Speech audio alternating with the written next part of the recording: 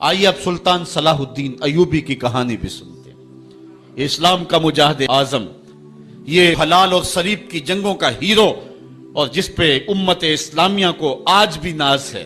اس کے زمانے میں ریجینالڈ بدبخت ایک انگلستان کے شہزادے نے حاجیوں کے قافلے کو روک لیا اور ان کا سامان لوٹ لیا۔ انہوں نے کہا ہم حج پہ جا رہے ہیں، تو نے ہمارا سامان لوٹ لیا، ہمیں جانے دے۔ تو اس نے دریدہ دہنی کرتے ہوئے کہا بلاؤ اپنے نبی محمد کو جو تمہاری جان چھڑائے۔ بس سلطان صلاح الدین ایوبی تک یہ بات پہنچی تو میں نے تاریخ میں پڑھا کہ وہ دانت پیستا تھا، اس کی آنکھوں میں خون اتر آیا، اور اس میں کھڑے کھڑے قسم کھائی کہ جب تک اس ظالم کو کیفر کردار تک نہیں پہنچاؤں گا چین کی نیند نہیں سوؤں گا۔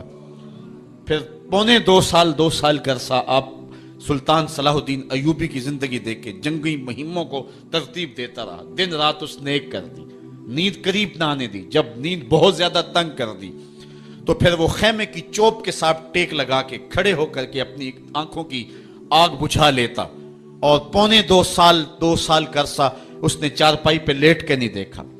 پھر وہ لمحے آئے کہ اللہ نے اس کی مراد پوری کی۔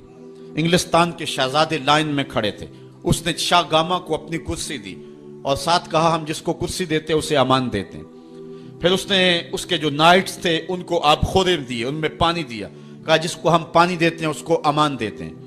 پھر جب ریجینالڈ کی باری آئی تو بادشاہ کی رگیں پھول گئیں غصے سے، اس نے تلوار نیام سے باہر نکالی اور اس کی چھاتی پہ چڑھ کے اس کی گردن پہ تلوار رکھ کے اس کے ٹکڑے کرتے ہوئے کہا او کتے، تو نے کہا تھا بلاؤ اپنے نبی محمد کو، محمد عربی نے اپنا نوکر بھیج دیا ہے۔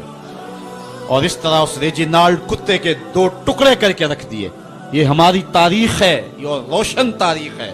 ہمارے اسلاف، ہمارے بزرگ اس دور کے شہنشاہ، اس دور کے بادشاہ اتنی جرأت اور اتنی عظیمت رکھا کرتے تھے، اور آج ہماری کمزوریاں نے دشمنوں کو دلیر کر دی ہے۔ کبھی ایسا بھی اندھیر آیا تھا کہ سرے عام یوں توہین اور تنقیص ہوتی ہو پیغمبر حسن اور پیغمبر جمال کی، اور پھر 1 ارب 40 کروڑ انسان دنیا کے اوپر بستے ہوں۔